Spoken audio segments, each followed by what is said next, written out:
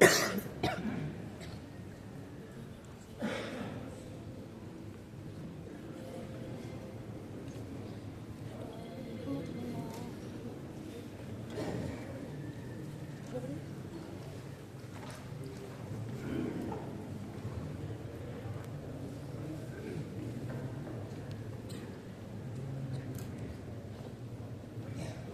الله الرحمن الرحيم.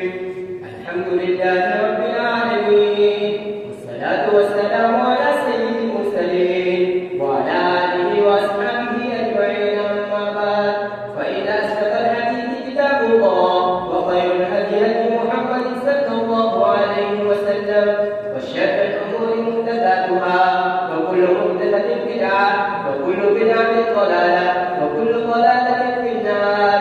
وبالسند المتصل منا إلى الشيخ الإمام الإمام المسلم أبي عبد الله محمد بن إسماعيل البخاري رحمه الله تعالى، نفعنا الله بعلومهم وفيوسهم وأشرنا في ذروتهم آمين. قال: باب قول الله تعالى: ونضع الموازين القسط ليوم القيامة وأن أعمال بني آدم وقوله توزن. وقال مجاهد: القسطاس العدل بالرومية، ويقال القسط مصدر المقسط وهو العادل، وأما القاسط وهو الجاهل. حدثنا أحمد بن إشكاب قال حدثنا محمد بن فضيل عن أمارة بن القعقاع عن أبي زرعة عن أبي هريرة رضي الله تعالى عنه قال: قال النبي صلى الله عليه وسلم: كلمتان حبيبتان إلى الرحمن، خفيفتان على اللسان، ثقيلتان في الميزان، سبحان الله وبحمده، سبحان الله العظيم.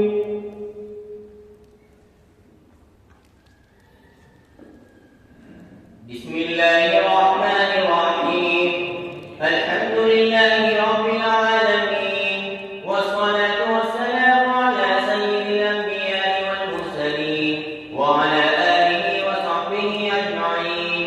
أما بعد، فإن أصدق الحديث كتاب الله، وخير الهدي هدي محمد صلى الله عليه وسلم، وخير الأمور رواتبها، وشر الأمور محدثاتها، وكل محدثة بدعة، وكل بدعة ضلالة، وكل ضلالة في النار. وبالسند المتصل منا إلى الشيخ الإمام الهمام الحافظ الحجة أمير المؤمنين في الحديث أبي عبد الله محمد بن إسماعيل البخاري رحمه الله تعالى، ومتعنا بعلومهم وقيودهم وعشرنا في زمرتهم آمين. قال: باب قول الله: ونضع الموازين القسط ليوم القيامة وأن أعمال بني آدم وقولهم توزن. وقال مجاهد: القسطاس العدل بالرومية، ويقال القسط مصدر المقسط وهو العادل، وأما القاسط فهو الجائر. حدثنا أحمد بن إشكاب قال حدثنا محمد بن فضيل عن أمارة بن القعقاع عن أبي زرعة عن أبي هريرة رضي الله عنه قال: قال النبي صلى الله عليه وسلم: كلمتان حبيبتان إلى الرحمن، خفيفتان على اللسان، ثقيلتان في الميزان، سبحان الله وبحمده، سبحان الله العظيم. بسم الله الرحمن الرحيم. الحمد لله رب العالمين، والعاقبة للمتقين، والصلاة والسلام على سيد الأنبياء والمرسلين محمد وعلى آله وصحبه أجمعين. أما بعد، أعوذ بالله من الشيطان الرجيم. بسم الله الرحمن الرحيم. والوزن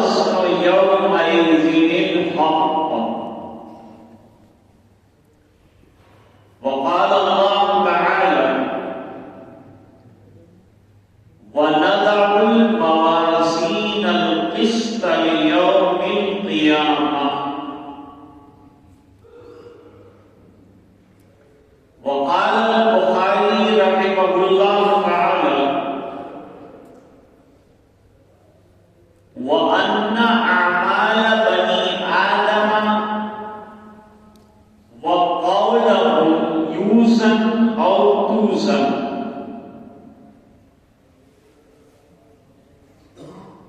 هكذا قال البخاري رحمه الله تعالى. اللهم صل على سيدنا محمد وعلى آل سيدنا محمد وبارك وسلم.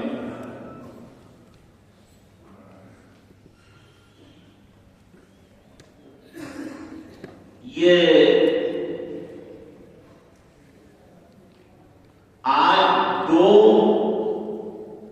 متبرک مجلسیں جمع ہوئی.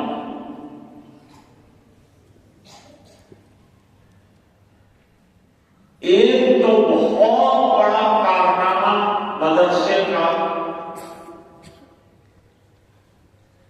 33 طلباء کرام کا حفظ قرآن مکمل کرنا.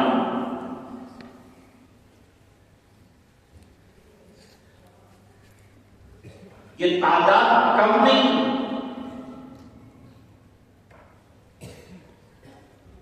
میں کبھی 3 طلباء کے لیے بھی سفر کرتا، یہاں 33 طلباء. اس کے لیے 500 کلومیٹر کا سفر کر کے آپ کی خدمت میں حاضر ہوا.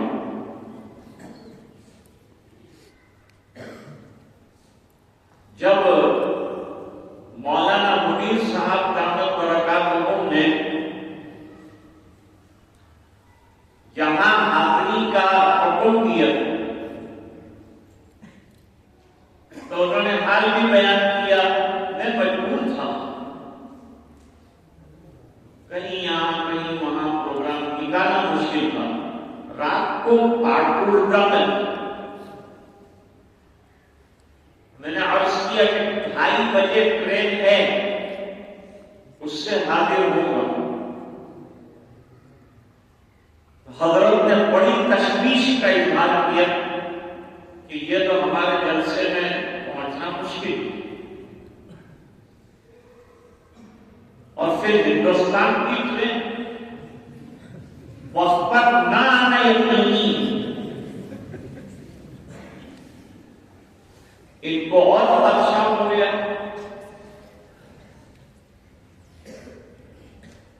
تو پروگرام تبدیل کیا. پروگرام یہ تبدیل کیا کہ ٹرین کے بجائے جلسہ ختم ہوتے ہی گاڑی میں بیٹھ گئے اور سفر شروع کر دیا. پہلے ہم نے سوچا تھا کہ صبح 9 بجے جلسے میں شرکت ہوگی، حاضری ہوگی. پھر یہ طلباء عزیز پھر آپ کی دعائیں، ان کی برکت سے اللہ نے 7:15 بجے پہنچا اور تھوڑی دیر لیٹا لیا اور پھر آپ کے اس اجلاس میں حاضری لی.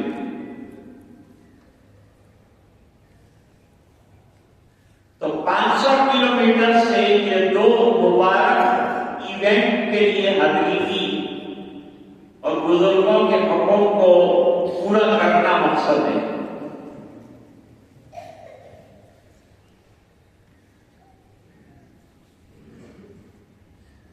میں پروگرام کبھی کسی سے مانگتا نہیں کہ مجھے پروگرام کرنا ہے. آپ نے یہ میرے والد صاحب کی نصیحت ہے، کبھی بھی پروگرام کی درخواست اپنی طرف سے آئے گا پروگرام تو کریں گے، نہیں آئے گا گھر اللہ اللہ کرے.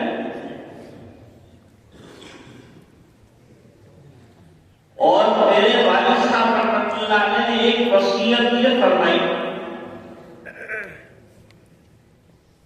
کہ کبھی بھی مدرسے میں کتاب کا مطالبہ نہ کریں. اگر عربی اول کی کتاب ملے شوق سے پڑھائے اور بخاری ملے تو بھی نہ کہے وہ بھی شوق سے پڑھے، لیکن اپنی طرف سے تقاضا نہ کرے. وہ تو یہاں تک فرماتے تھے کسی مدرسے میں نوکری کرنے کی درخواست بھی نہ دے، گھر بیٹھا رہے مطالعہ کرتا رہے، تمہاری ضرورت ہوگی تو اللہ ہم تمہارے لیے انتظام کریں گے، تمہیں بلائیں گے. دوسری ایک بات اور کہ تنخواہ کا کوئی تقاضا نہ کرے. مدرسہ جو دے لے لے اور اپنا کام چلائے. اساتذہ اسی طرح کرتے ہیں. جب شروع میں مدرس ہوا اشرفیہ میں تو میں نے ابا سے پوچھا کہ تنخواہ کتنی رہے گی، اور میں تنخواہ کے لیے نہیں پڑھ رہا ہے، اللہ کے لیے پڑھ رہا ہوں. تنخواہ کا نظر اللہ کرے گا، اس کو اللہ پہ چھوڑو. تیرا کام پڑھانا ہے، پڑھانا شروع کر دے بس. تنخواہ کی طرف نظر نہیں بٹھتا.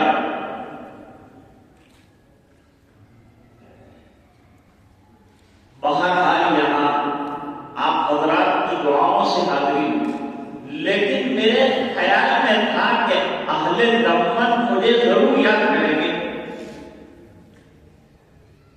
میں نے انتظار کیا لیکن جب کوئی تقاضا نہیں آیا تو تاریخیں دے دی. جب تاریخیں دے دی تو تقاضا آیا، پھر یہ سب بھاگا دوڑی کرنی پڑی.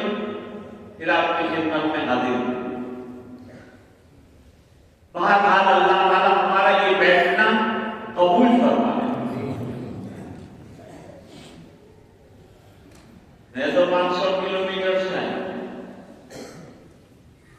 جو لوگ آدھا کلومیٹر میں رہ رہے ہیں اور نہیں آئے، بڑے بدنصیب کیا ہے کہ اتنی پیاری مجلسوں میں شامل نہیں ہوئی. یہ کہاں روزانہ ہوتی ہے؟ سال میں ایک مرتبہ مدرسہ یہ نورانی محفلیں سجاتا ہے، اور سجاتا بھی آپ کے لیے. یا تو اس لیے کہ آپ مدرسے کے معاون ہیں. جب 33 طلباء کے سر پر دستار بندھے گی تو جو دے رہے ہیں ان کا دل باغ ہوگا اور خوش ہوگا کہ چلو ہمارا پیسہ صحیح جگہ پہ لگ گیا. یہ دیکھنے کے لیے بلاتے ہیں. کچھ حضرات سوچتے ہیں کیسا بچہ حافظ ہو سکتا ہے، یہ 30 پارے کیسے یاد کرے گا. تو یہ 33 نمونے پیش کر کے ان کو دعوت دی کہ آپ بھی اپنا بچہ لائیے، وہ بھی انشاءاللہ حافظ ہو جائے گا. ہماری تو فیکٹری لاؤ. اور ان طلباء عزیز کا یاد کر لینا، ان کا کمال کم ہے، اساتذہ کا کمال زیادہ. کیونکہ سبق یاد کرانا، سننا، دور آموختہ، یہ ایک بہت بڑی محنت ہے جو ہر آدمی نہیں کر سکتا. میں بخاری پڑھاتا ہوں لیکن جس کلاس میں فیل ہوں، اگر مجھے اس کلاس میں بٹھایا جائے میں تو نہیں کرتا ہوں. پیتا پانی کرنا پڑتا ہے یہ بچوں کے پیچھے، تب جا کر کے جو ہے یہ بچے بنتے ہیں. آپ سوچتے ہوں گے کہ مدرسے نے بلا کر کیا احسان کیا. اچھا یہ مانتے ہو کہ نہیں کہ دعا عبادتوں کا مغز ہے، اور ختم بخاری شریف پر دعا قبول ہوتی ہے، اور ختم قرآن شریف پر بھی دعا قبول. گئی اور مل کر دعا کریں گے تو انشاءاللہ ہماری دعاؤں کو اللہ سنیں گے اور ہماری حاجات کو پورا فرمائیں گے. آج تو اس کی بڑی شدید ضرورت ہے کہ دعائیں ہوں.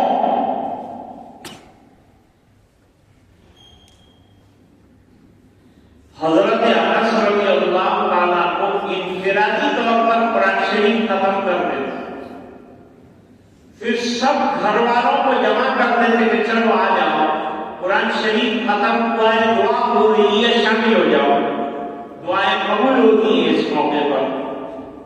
تو مدرسے نے چاہا کہ آپ کو بھی دعا میں شامل کیا جائے اور بخاری کے سبق میں بھی شامل کیا جائے، کیونکہ بہت سے لوگ سمجھتے ہیں کہ یہ مدرسے والے بس جاتے ہیں، آتے ہیں، وہاں آرام سے بیٹھتے ہیں اور گھر آرام سے چلے جاتے ہیں، ان کو کیوں اتنی تنخواہ دی جاتی ہے، کرتے کیا ہیں؟ یہ ابھی بتایا ہے انہوں نے کہ یہ کیا ہے. 33 کے تو سینوں میں قرآن چمک رہا ہے اور 2 علماء امت کو دیے ہیں، یہ کام کریں گے. اتنی موٹی کتاب انہوں نے پوری کر لی اور ایسی تو 6 کتابیں پوری کر لی. اب ایک اور بات، وہ بات یہ ہے کہ ایک اعتراض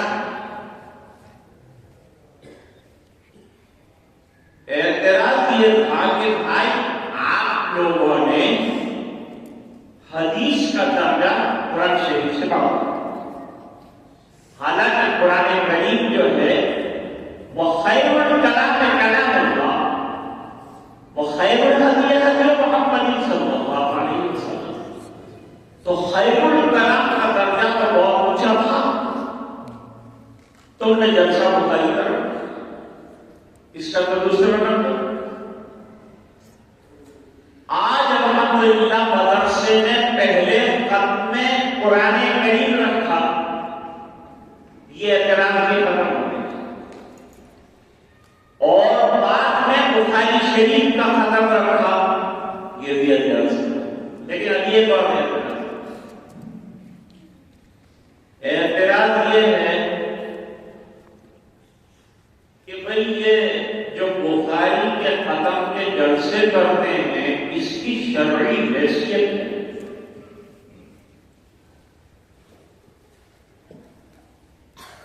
اب سنو،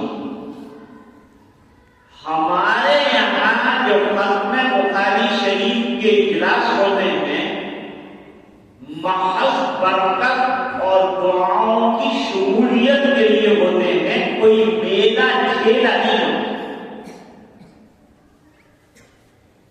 بعض جگہوں پر اس کو باقاعدہ رسم بنایا گیا ہے، میلے کیے گئے ہیں، عورتیں بھی آتی ہے، بچے بھی آتے ہیں، مرد بھی آتے ہیں، دعا میں کوئی شامل نہیں ہوتا اور لوگ کھانے پینے گھومنے پھرنے میں مصروف رہتے ہیں.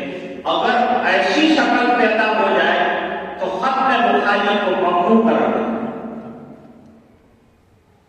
اور جس سادگی سے یہاں ختم ہو رہا ہے، کوئی لمبا چوڑا اشتہار نہیں، کوئی لمبے چوڑے منڈپ نہیں، اللہ کے مبارک گھر کے اندر جو ہے ہم یہ مبارک کتاب ختم کر رہے ہیں، تو بھائی اس میں کوئی حرج نہیں.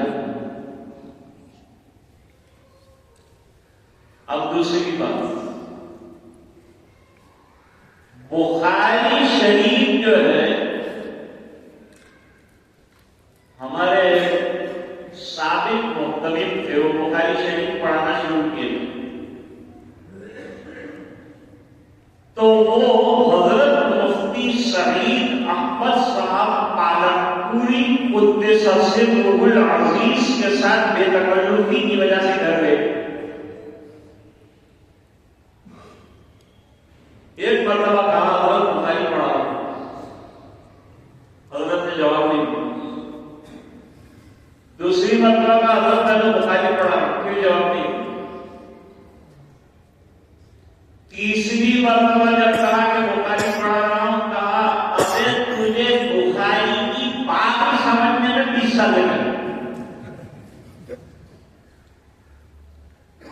بخاری تو علوم کا خزانہ ہے، علوم کا گنجینہ ہے. آخری جو حدیث پر کلام ہوتا تھا پہلے تو 6 گھنٹے 7 گھنٹے 10 گھنٹے کلام ہوتا تھا. ہے کسی میں طاقت 6 گھنٹے بیٹھنے؟ کھانا بھی ٹھنڈا ہو جائے گا اور آپ بھی ٹھنڈے ہو جائیں گے. اس لیے بخاری شریف تو میرے عبدالرب نے پڑھا تھا اور پوری پڑھا دی رہی، اور سب مباحث وہاں طلباء حدیث کے سامنے آ چکے.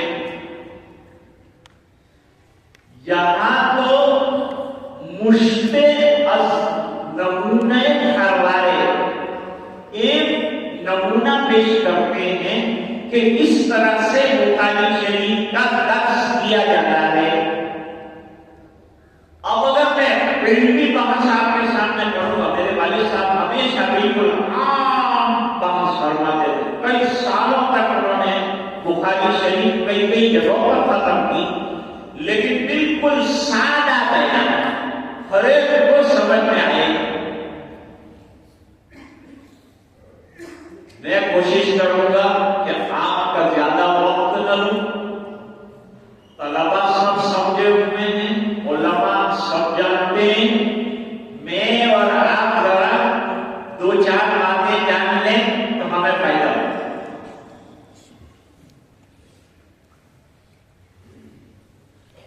امام بخاری رحمہ اللہ تعالی نے آخری باب میں یہ دعویٰ کیا ہے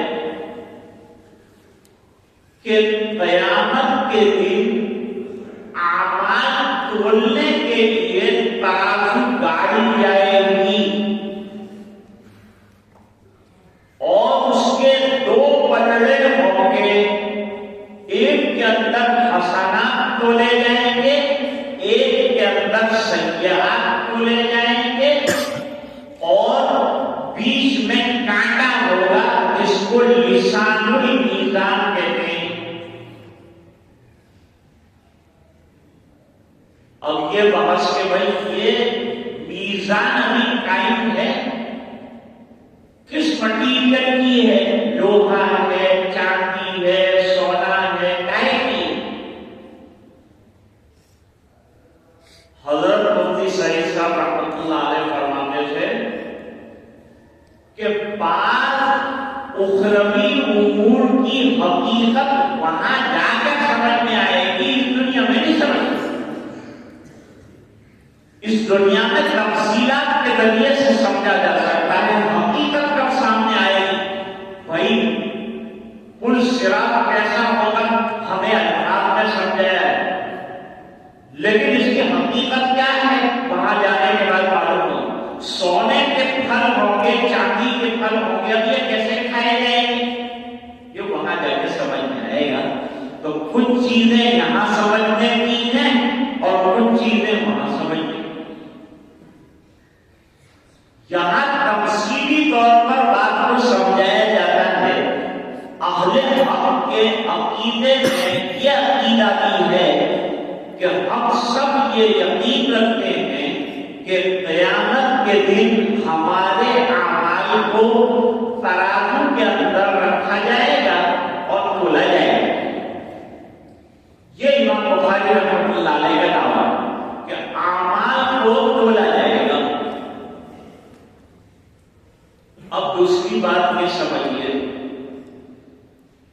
کہ امام بخاری رحمۃ اللہ علیہ جو باب قائم کرتے ہیں وہ باب دعویٰ ہوتا ہے، کسی چیز کا دعویٰ کرتے ہیں یا احقاق حق کرتے ہیں یا ابطال باطل کرتے ہیں یا کسی فرقے کو رد کرتے ہیں یا اہل حق کے مسلک کو ثابت کرتے ہیں. یہ امام بخاری رحمۃ اللہ علیہ کا باب سے وابستگی کا کام. یہاں امام بخاری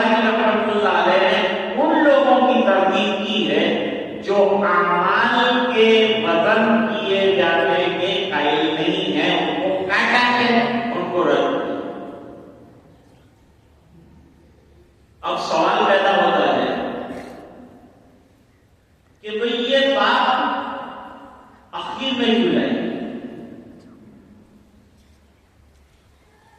اس کا جواب یہ ہے کہ حضرت مولانا مسیح اللہ خان صاحب شیروانی رحمۃ اللہ علیہ فرماتے ہیں کہ ہر کام کا ایک مبدا ہوتا ہے اور ہر کام کا ایک منتہا ہوتا ہے. ہر کام کی ایک بگننگ ہوتی ہے، ایک اینڈ ہوتا ہے. جیسے بخاری شروع ہوئی بگننگ، اس پر بھی بحث ہوتی ہے کہ بھئی یہاں سے کیوں شروع کیا، وہ بھی اپنی جگہ بحث ہے. اور بھائی جو بڑے محققین ہوتے ہیں وہ اپنی تقریر میں اور اپنی تصنیف میں ابتدا اور انتہا میں ربط رکھنے کے لیے بڑی محنت ہے کہ بے جوڑ بات نہ ہو جائے، بے ربط بات نہ ہو جائے. جیسے قرآن کریم سورہ فاتحہ سے لے کر والناس تک مربوط کلام ہے، کہیں بے جوڑ نہیں. ایک سورت کا دوسرے سورت کے ساتھ جوڑ، پھر آیتوں کا آیتوں کے ساتھ جوڑ، اور پھر سورتوں کا سورتوں کے ساتھ جوڑ، اور پھر ابتدا اور انتہا کا جوڑ. اب قرآن کریم کی ابتدا ہوئی ہے سورہ فاتحہ. سورہ فاتحہ میں کلیدی آیت ہے اہدنا الصراط المستقیم، یعنی اے اللہ مجھے راہ راست اور منزل کا پتہ.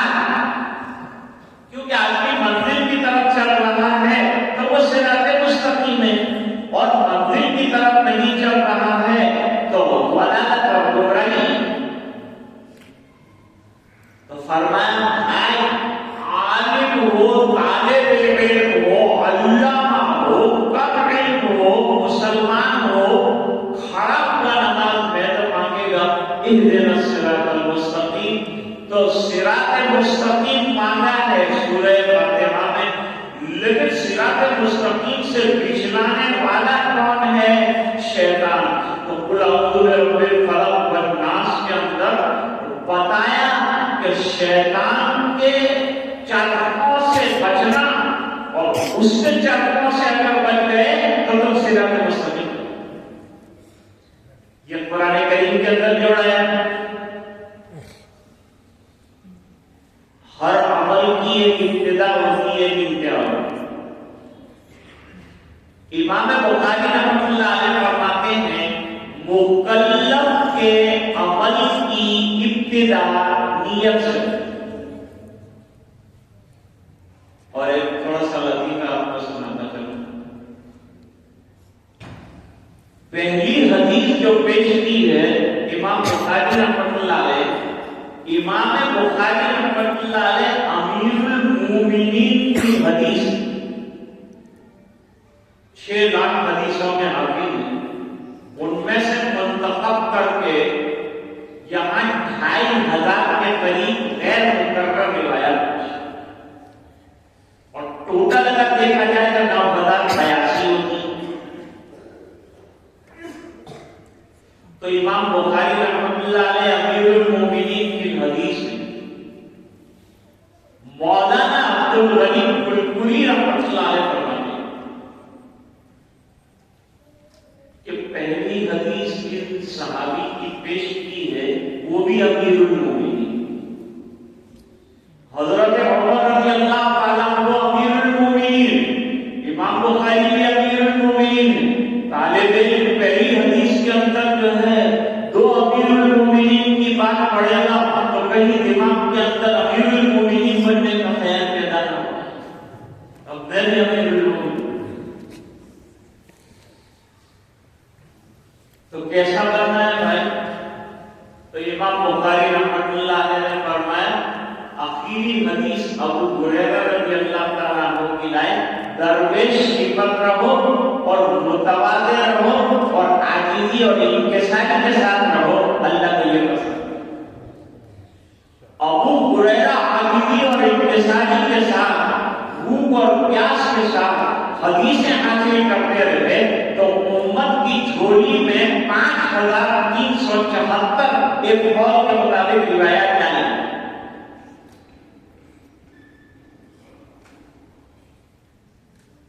ایک عجیب بات اور بھی ہے، قرآن کریم کے اختتام میں اور بخاری شریف کے اختتام میں بڑا سملیرٹی ہے۔ وہ کیسے؟ اخیر میں جو سورتیں نازل ہوئی ہیں حضور اکرم صلی اللہ علیہ وسلم پر، اس میں سورہ نصر اذا جاء نصر اللہ والفتح ورأيت الناس يدخلون في دين الله أفواجا فسبح بحمد ربك واستغفر۔ حضور کی زندگی ختم ہونے والی ہے، حدیث میں فرمایا خوب تسبیح کیجیے، خوب حمد کیجیے، خوب اللہ کی تقدیس کیجیے۔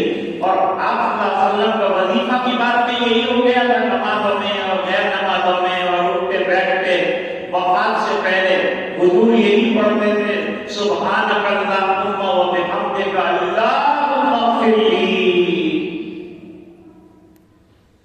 اور امام بخاری اپنی کتاب ختم فرماتے ہوئے فرماتے ہیں کہ جب اختتام کا موقع ہو، زندگی ختم ہو رہی ہو، تو تمہاری زبان پر اللہ کی تسبیح ہونی چاہیے، اللہ کی تحمید ہونی چاہیے، سبحان اللہ و بحمدہ سبحان اللہ العظیم۔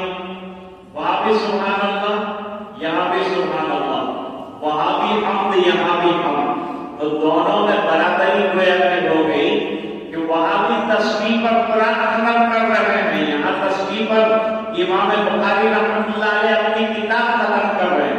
اور فرمایا بزرگوں نے کہ حدیث نیت سے شروع کیا، حدیث تسبیح پر اپنی کتاب کو ختم کرنا ہے۔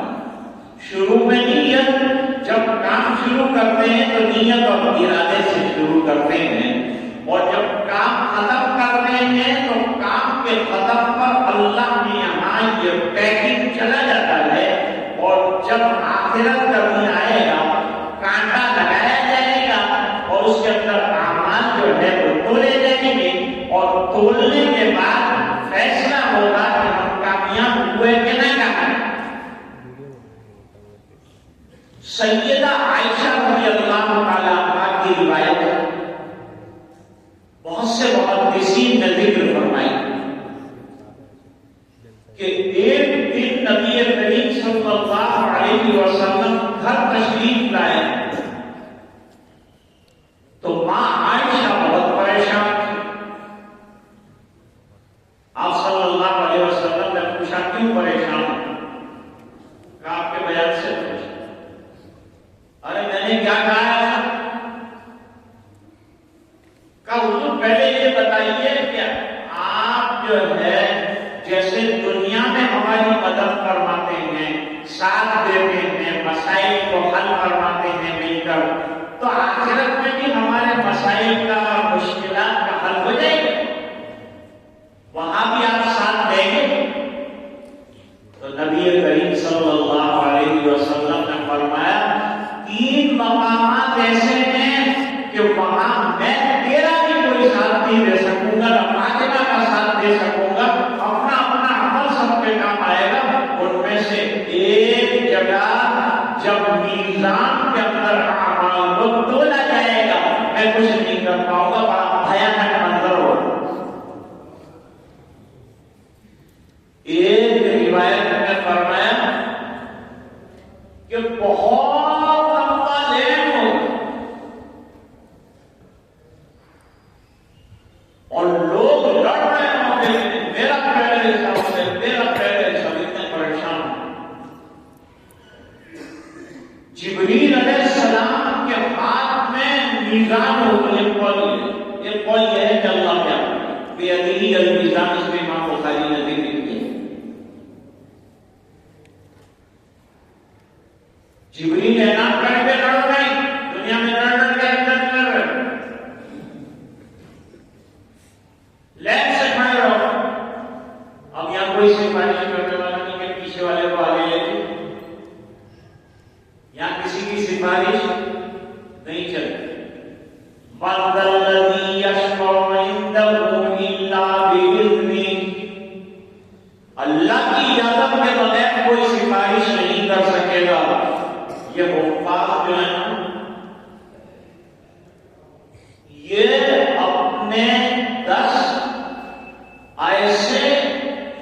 رشتہ داروں کی شفاعت کریں گے جن کے لیے جہنم لازم ہے۔ 10 ایسے آدمی کو وہ جنت دلائے گا، دوزخ میں جس کے جانے کا اعلان ہو گیا۔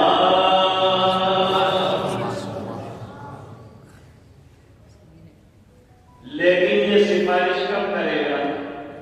جب اللہ پرمیشن دیں گے کہ کب سفارش تو کرے، اس سے پہلے نہیں کرے۔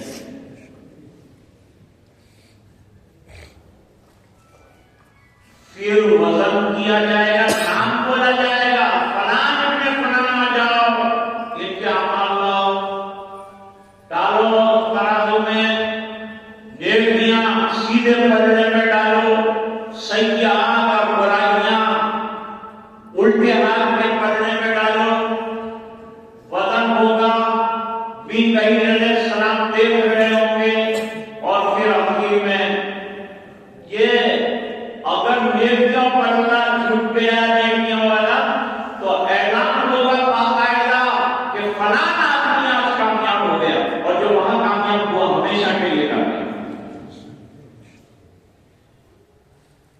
تو عمل کا وزن کیا جائے گا، یہ عقیدہ رکھنا اہل حق کے لیے ضروری ہے۔ اب بحثیں تو بہت ہوتی ہیں، شاید نے بھی تذکرہ کیا، جب تلیں گے عمل سب کے میزان پر،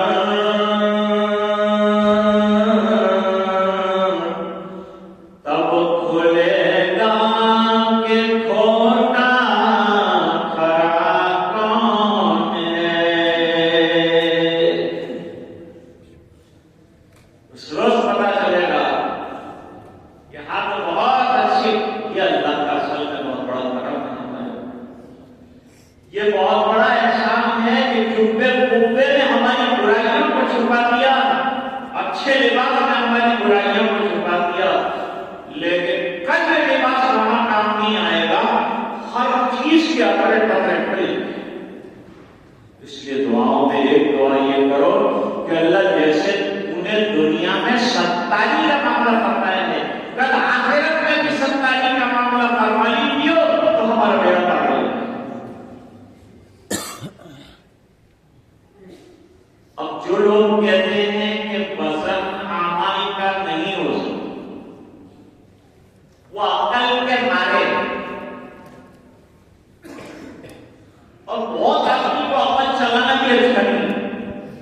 تو معذرت صاحب آپ نے لکھا ہے کہ ایک تو کسی چیز کا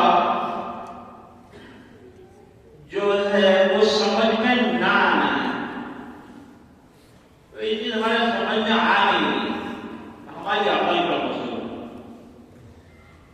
ایک چیز جو ہے ماں برائے عقل ہے، عقل کے بہت دور ہے، تو جو سمجھ میں نہ آئے اور جو ماں برائے عقل ہو، دونوں کے اندر بہت بڑا فرق ہے، دونوں کو ایک نہیں کر سکتے۔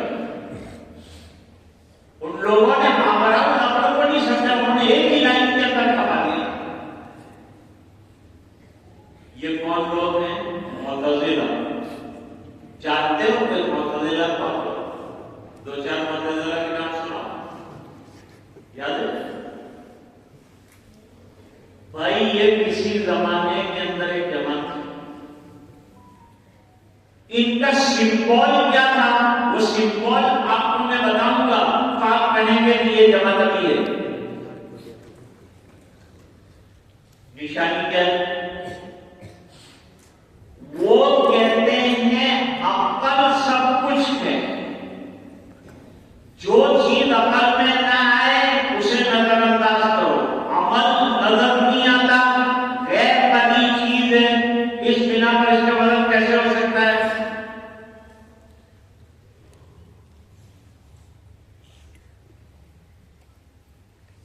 اب اس کے لیے جوابات کا ڈھیر لگا. میں ایک چھوٹا سا جواب دے رہا ہوں.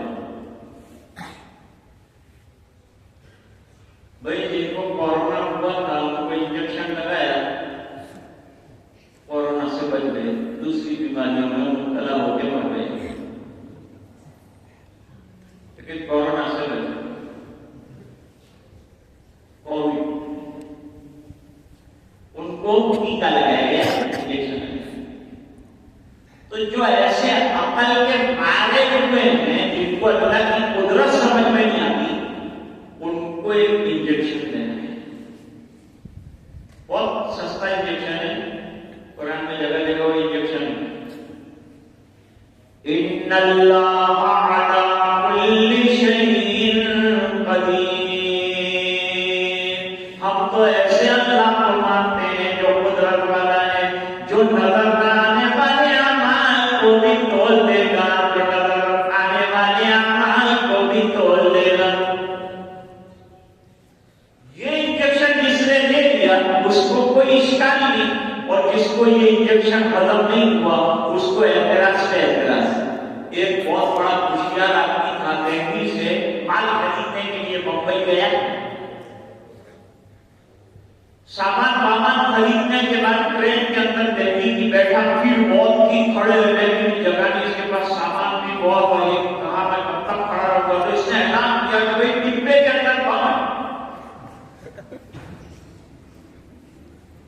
دو بروچ والے جو ہیں وہ اسٹیشن کے اوپر بات کر رہے تھے, بھائی میں باکس ہے, یہ باپ کو باپ دے دو, بھائی میں باکس ہے, مائی بات باپ نہ, مائی بات دے دے باکس. پڑوس میں ایک آدمی کھڑا تھا, اس نے پولیس کو فون کیا کہ اس کی بیگ میں 2 باکس. پوچھ والا ہے بیگ کھول, باپ نکال, وہ باپ کی بوتل میں نکال گئی.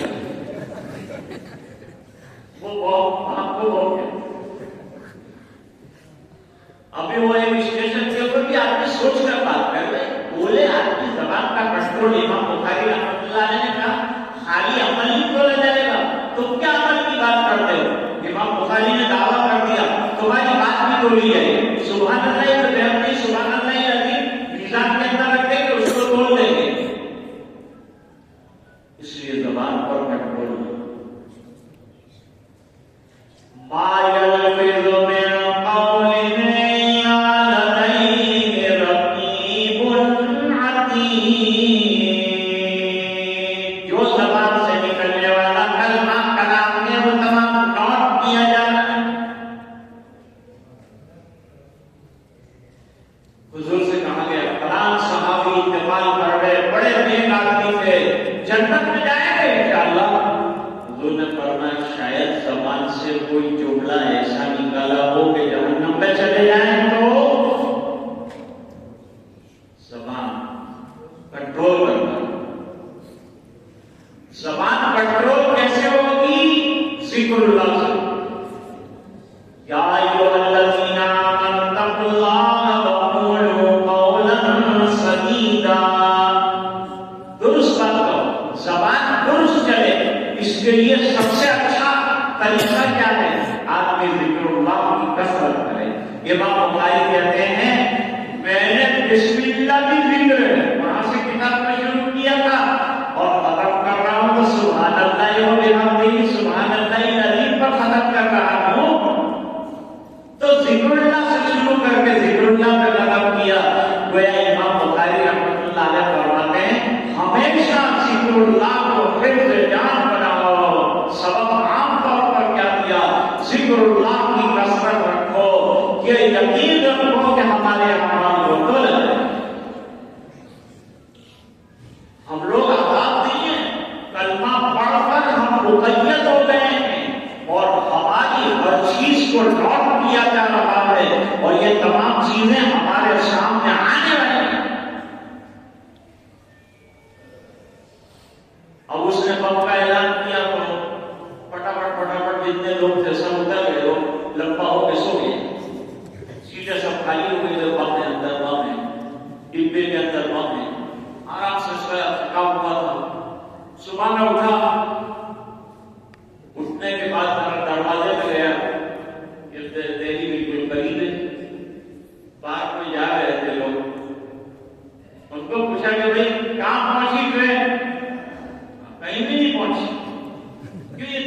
ٹرین نہیں ہے نا، وہ دلی والی ٹرین تو چلی گئی، یہ ڈبے کو کاٹ کر یاد کے اندر رکھا ہے، اس کے اندر وقت خسرا تھا، تو جانے والے دلی چلے گئے کہ عقل کا مارا رہے گئے، ہر جگہ عقل عقل عقل عقل، انسان کو عقل ساتھ دی تھی، آدمی کو اپنی پیٹ نظر نہیں آتی، کیا عقل کی بات کرتا ہے؟ ایک صاحب نے میرے والد صاحب کو پوچھا کہ مولانا یہ 5 نماز کیوں؟ 5 نماز کیوں؟ تو میرے والد صاحب رحمۃ اللہ علیہ نے کہا ہاتھ میں 5 انگلیاں ہیں، یہ تو خبر نہیں، اور یہ خبر چلتے ہیں ان کو خالی کرنی، یہ خبر نہیں تھی ان باتوں کو پڑھو۔ آج کے جو نئے فتنے آئے ہیں، مرزائی ابھی انجینئر مرزا پیدا ہوئے، ہمارے نوجوان علماء سے پوچھتے نہیں اور اس کے بیانات سنتے ہیں، پھر جو ہے گمراہ ہو جاتے ہیں، کیونکہ اس کی بات مانی، علماء سے پوچھتے کہ بھئی یہ مسئلہ ایسا صحیح ہے، صحابہ کو گالی دے رہا ہے، اب امیر معاویہ کے فیصلے کر رہا ہے، تو کون ہوتا ہے امیر معاویہ کا فیصلہ کرتا ہے؟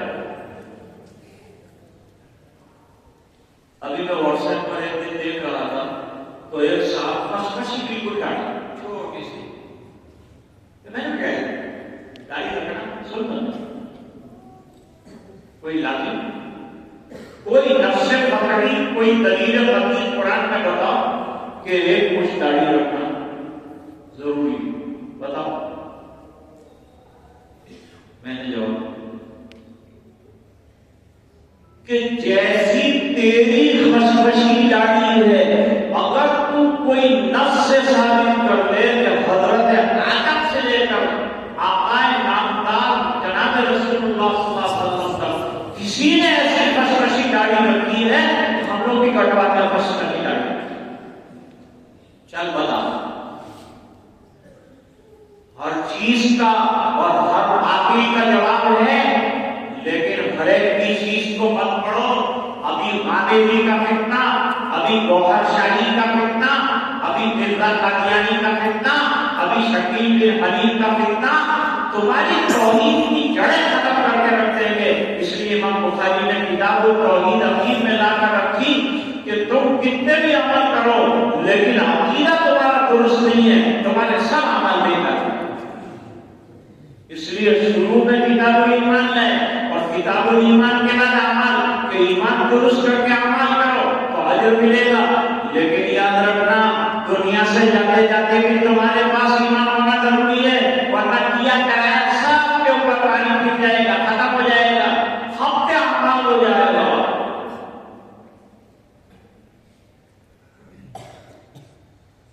اب ذرا عقل والوں کے ساتھ ہم گفتگو کرتے ہیں، اپنی بات کرتے ہیں، اور میں بات کر رہا ہوں۔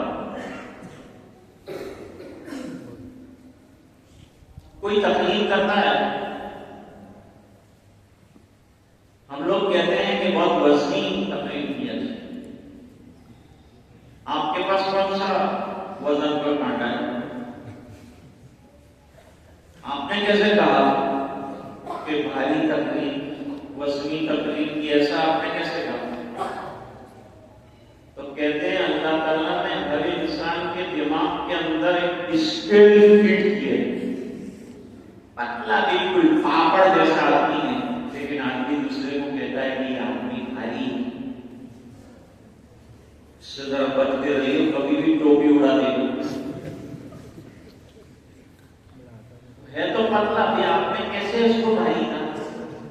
دماغ کے اندر ایک جب اللہ نے نظر نہ آنے والی ہر چیز کا اسکیل ہمارے دماغ میں، دماغ انسان میں رکھا ہے، تو اللہ نظر نہ آنے والے اعمال کا وزن کر لیں، اس میں کیا بعید ہے؟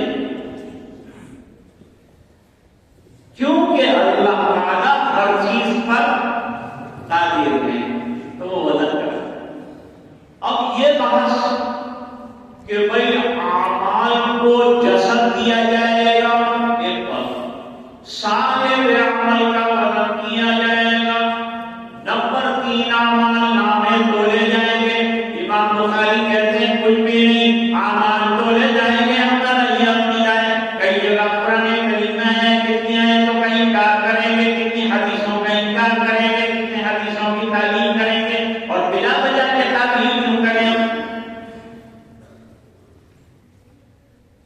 جس کے لیے ہر چیز ممکن ہے، اس کے لیے تعبیر کی ضرورت ہے۔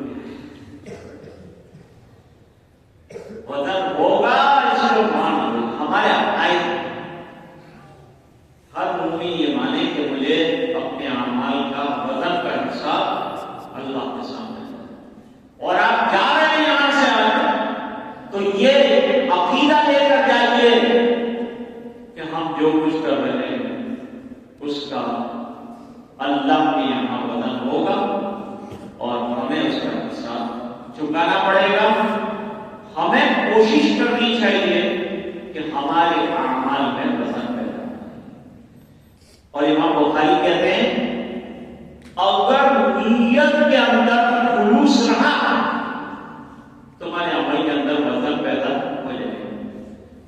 تو ایک قول تو یہ ہے کہ اخلاص سے کتاب کو شروع کیا، اخلاص سے نیت، اور اخلاص پر ختم کیا کہ تمہارے بھائی میں ایک سبحان اللہ کہوں، ایک حضرت مولانا کہیں، ایک آپ کہیں، ہر ایک کہہ تو رہا ہے سبحان اللہ، لیکن ہر ایک کے سبحان اللہ کا بدل الگ ہے۔ کیوں؟ ہر ایک کا تقویٰ، اس کی طہارت، اس کا تزکیہ، اس کی نیکیاں، اس کی خوبیاں، اس کے کمالات کے اعتبار سے سبحان اللہ کا بدل ہے۔ اس کی کوئی دلیل ہے؟ تلاوت میں فرق ہے۔ علامہ کشمیری رحمۃ اللہ علیہ یہی فرماتے ہیں آخری بات میں، یہی بتانا چاہتے ہیں کہ مطلوع اور تلاوت دونوں کے اندر فرق۔ ایک نہایت پاکیزہ مسلمان قرآن کریم پڑھے گا، اس کی مثال کی ترنت لیمو کے ساتھ، جس کو حضرت نے لکھا چکوترا ایک پھل، اس کو ترنت لیمو کہتے ہیں۔ مصر کے اندر ایسا ایک ترنت لیمو ہوتا تھا کہ اس کو کاٹ کر دو ٹکڑوں میں اونٹ کے اوپر لے جانا پڑتا تھا، اور نہایت شیرین ہوتا تھا، اور خوشبو اس کی دور دور تک جاتی تھی۔ فرمایا نیک متقی مومن کی تلاوت، اس کا شرف اور وہ تلاوت کرنے والے کی مثال ترنت لیمو کی طرح ہے۔ اور جو فاسق اور فاجر ہوتا ہے اور قرآن کبھی نہیں پڑھتا، اس کی مثال حنظل کی طرح ہے، ایلمے کی طرح ہے، کڑوے پھل کی طرح۔ تو تلاوت تو اس نے بھی کی تھی، تلاوت تو اس نے بھی کی، تلاوت اور مفہوم میں فرق آیا کہ نہیں ہے؟ چلو آخر میں ایک واقعے پر بات کرتا ہوں۔ سبحان اللہ و بحمدہ سبحان اللہ العظیم کا اگر سروے کیا جائے تو نکلتا ہے لا الہ الا اللہ، کیونکہ تسبیح میں تنزیہ، تحمید میں تکبیر، اور ظاہری بات ہے سبحان اللہ کا اللہ ہر عیب سے پاک ہے، اور الحمدللہ کا مطلب یہ ہے، حمد کا مطلب یہ ہے کہ جب ہر عیب سے اللہ پاک ہے تو تعریف کے لائق کون ہے؟ جو بے عیب ہے۔ تو اللہ بے عیب ہے اور اللہ ہی حمد کے لائق ہے، تو بے عیب بھی ہے، حمد کے لائق بھی ہے، تو وہی عبادت کے لائق بھی ہے، وہی پوجنے کے لائق بھی ہے۔ تو اس کا جواب نکلا لا الہ الا اللہ، اللہ کے علاوہ کوئی معبود نہیں۔ یہ جواب نکلا۔ حافظ ابو زرعہ رازی ایک بہت بڑے محدث ہیں، لیٹے ہوئے ہیں، قریب البر ہیں، انتقال ہونے والا ہے، آخری سانسیں چل رہی ہیں، لیکن اللہ والوں کو آخری وقت میں بھی کتاب و سنت کی برکت سے ہوش دیتا ہے۔ صاحب جلالین نے لکھا ہے کہ جو روزانہ قرآن کریم کی تلاوت کرتا رہے گا، مرتے دم تک دماغ کا مریض نہیں بنے گا، ہوش حواس ہمیشہ درست رہے گی۔ یہ قرآن کریم کی تلاوت کی برکت، بچوں آپ کو یاد ہو گیا، اب اس کا دور کرنا لازمی ہے اور روزانہ قرآن کریم کی تلاوت کو اپنے لیے حفظ جان بناؤ. اور جو فارغ ہو کر جا رہے ہیں، امام بخاری یہ فرماتے ہیں کہ میں یہ نہیں کہتا کہ تم علمی بخشیں کرتے رہو، کتابوں کا تہجد میں کتنی رکعتیں ہیں، حضور کب اٹھے کتنی رکعتیں پڑھی، کتنا رکعتوں میں کیا کیا پڑھا، یہ سب بحث کو رکھو الگ، تہجد شروع کرو. میرے والد صاحب نے کہا بلوغ کے ساتھ ہی میں نے تہجد شروع کی تو مرنے کے آخری دن تک پڑھا. عملی بنا، زندگی کو عملی بنا. علم کو محفوظ کرنے کا سب سے بہترین راستہ یہ ہے کہ اس علم کو عمل میں ڈھال دو، عمل میں تبدیل کر دو. تم نے اپنے اساتذہ کے اعمال کو دیکھا ہے، ان کو سامنے رکھ کر مدرسہ بننے کا زمانہ ہے، اپنے آپ کو بنا. لیکن شاگرد سب ہیں، تلقین کرنا چاہتے ہیں، لیکن ڈر لگ رہا ہے اتنے بڑے شیخ کو جس سے ہزاروں حدیثیں سنی، اب کیا ہم تلقین کریں گے، ان کو لائیے.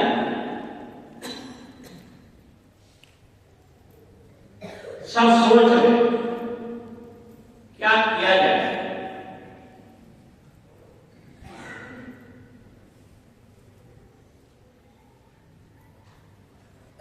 ایک شاگرد کو بات سمجھتے ہیں. اس شاگرد نے کہا ان هذا الشيخ ان فلان ان فلان ان فلان عن النبي صلی اللہ علیہ وسلم من كان آخر كلامه باطل. اب حافظ ابو زرع راضی جو دنیا سے جا رہے ہیں، انہوں نے آنکھ کھولی، شاگرد کے آدھی حدیث پڑھنے پر لقمہ دیا اور یوں کہا کہ میں نے تجھے نہیں پڑھایا تھا. من کان آخر